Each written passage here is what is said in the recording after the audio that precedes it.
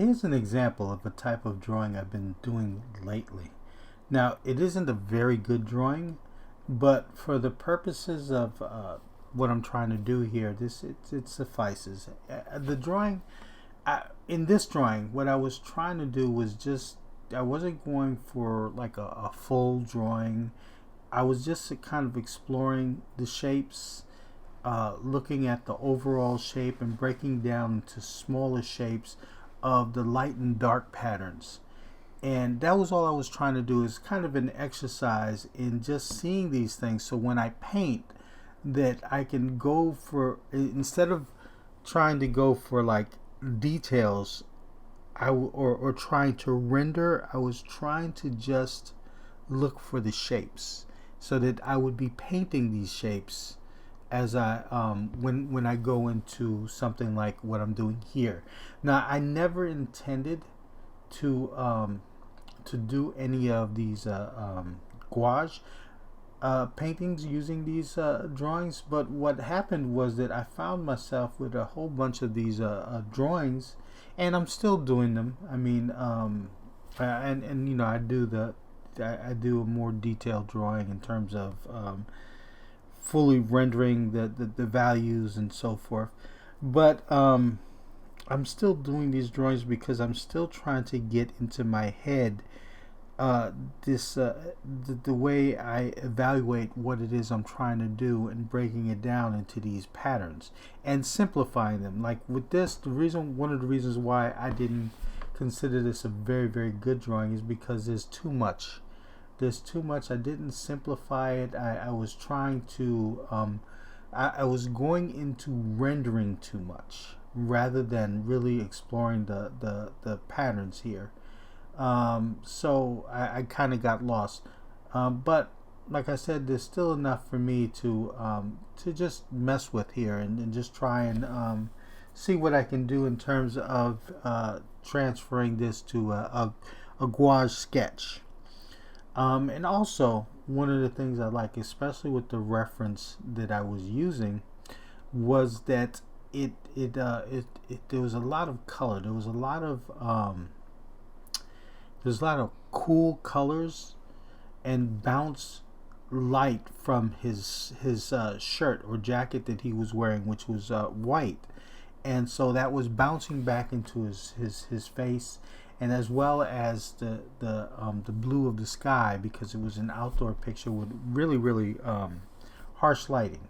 You know, I don't know if it was harsh, but it was the lighting was very stark. It was apparently a very sunny day. So I liked it because I can play with the color a little bit and see how much of it I can inject in here, playing with the warm and the cool colors, especially the blues. That'll come later. I mean, right now I'm just reinforcing the drawing with burnt umber, and then what I'll do is I'll try and go into these other areas, staying, just not jumping too much in value. One of the things is that now that I've broken it down into these shapes, I got to make sure that I don't make too big of jump in value. Some of these, one of the reasons, again, I keep saying one of the reasons, but one of the things that irked me with this drawing, and doing so much in the beginning, is that a lot of these shifts and these patterns were very subtle. They're not very stark. So I didn't need a lot of these little noodling that you see here. But I'm going to use it as it is and try to simplify it when I go into painting it. And then in the future, it's like as I do these drawings, I'm going to simplify the drawing and try and get the main things that I need, and not every little subtle shift that wouldn't be so important. At least as I build a painting, I can decide what's more important and what can be left out. And this way, I'm putting too much in, and so it's kind of like having to second guess myself as I go along. But like I said, I'm kind of glad I did these drawings. Now I have a whole bunch of stuff to paint and to practice with when it comes to doing these gouache sketches.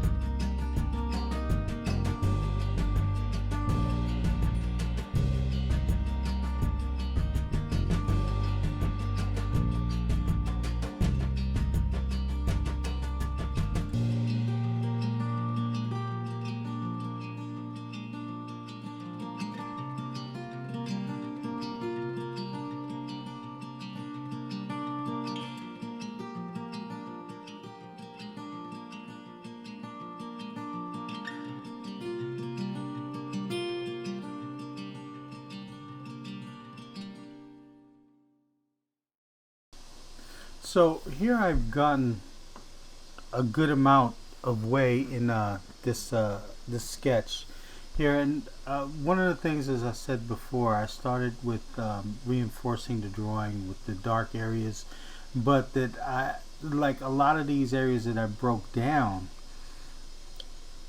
are very subtle in terms of the shifts in value. I think some of the like the oranges are some of the color is too intense right now, so I'm gonna eventually tone that down, but I haven't put in my darkest darks yet, and I'm leaving some of the white of the paper for the lighter color, and I might leave it the white of the paper. I might put in some opaque gouache. It's just a matter of how much I can, how just how the painting progresses. So, but still, all in all, it was just too much of these little details, and I needed to simplify it more. So I'm going to try and do that as I paint.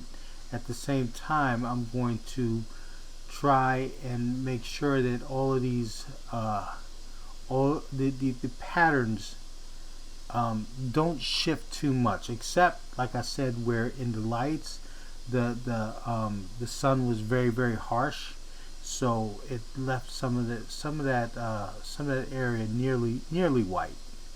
So, but I'm going to try and make it so that it doesn't jump too much.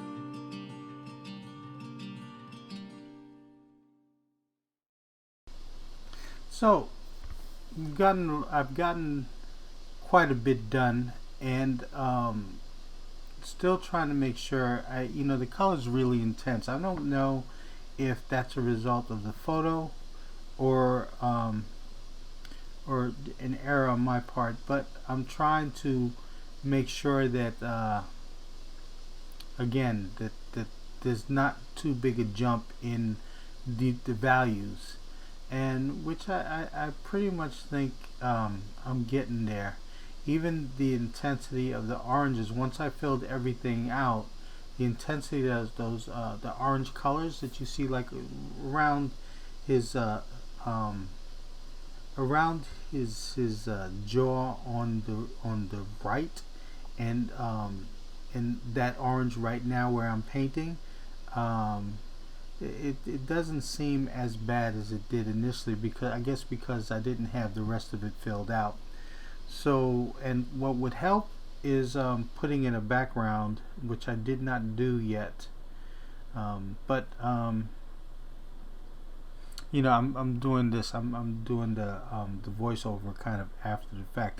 Once I'm involved in the painting, and I guess because I'm approaching this as I'm just trying to see what I can do with this drawing, and it's more or less sketching. I really didn't think of I needed a background or some, but it would have helped, especially early on.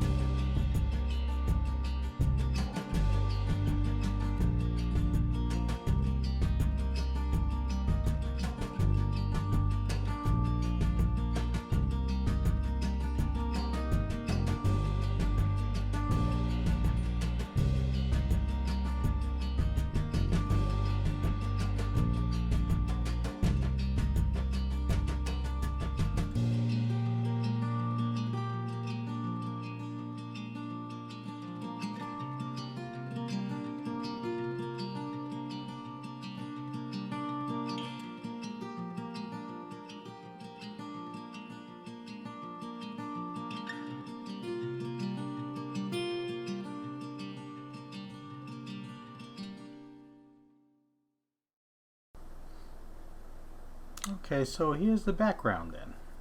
It does help because it takes away from the stark white of the paper, and it makes the lights on his face that it brings more attention to that, and it makes it that much more stark. So having the background is a good idea. I should have had that. I should have been thinking about the background from the start. I know there are other artists who kind of do it as an afterthought, and there are artists who do it from the beginning, and there are artists who do it as the painting develops.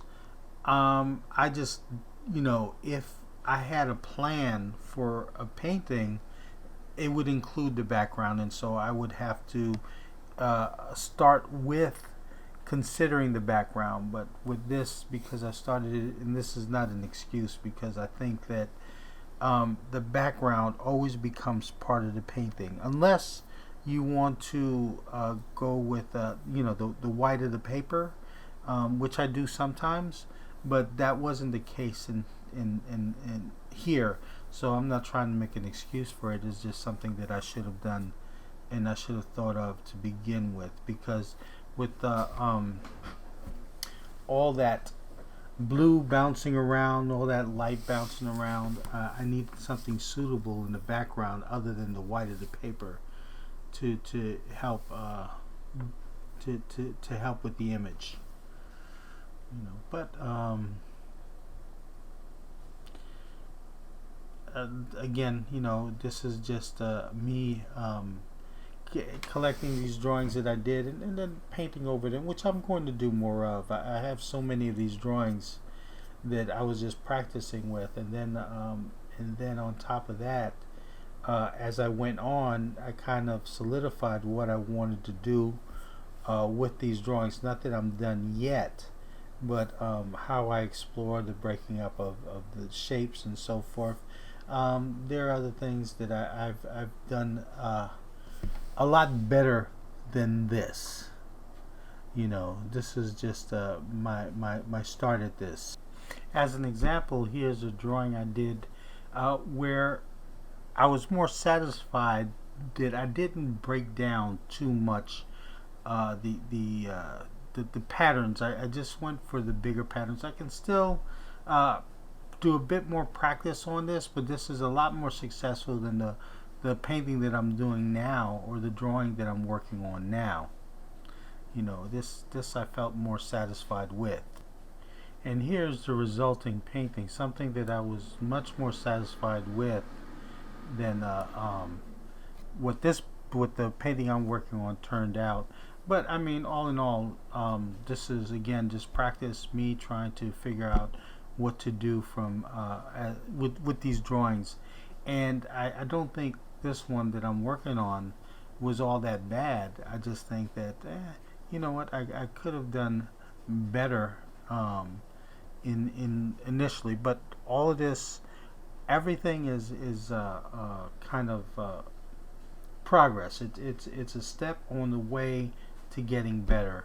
So this painting was fun to do, and it's fun to have these sketches worked out and so forth. So it wasn't a bad experience. I just felt like the other one that I just showed you was a lot more successful than the one I'm currently working on. But all in all, it wasn't a bad painting, and I had fun doing it.